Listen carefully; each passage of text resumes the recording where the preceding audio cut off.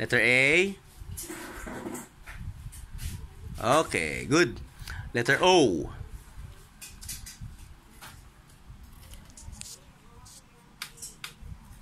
Ang laki naman. Letter E.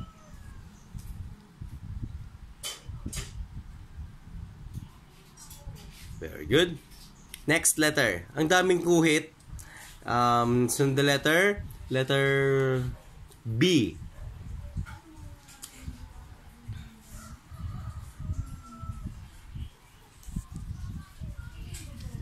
Good.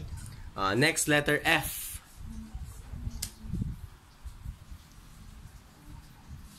Very good. Next letter I.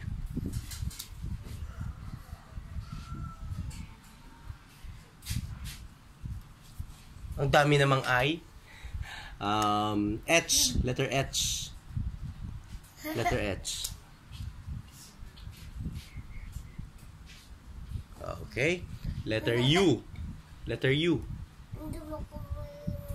Yung gantong U. Yung gantong U. U. Yung tinuro ko ngayon. Hindi pa marunong na U? Okay lang. Susunod naman.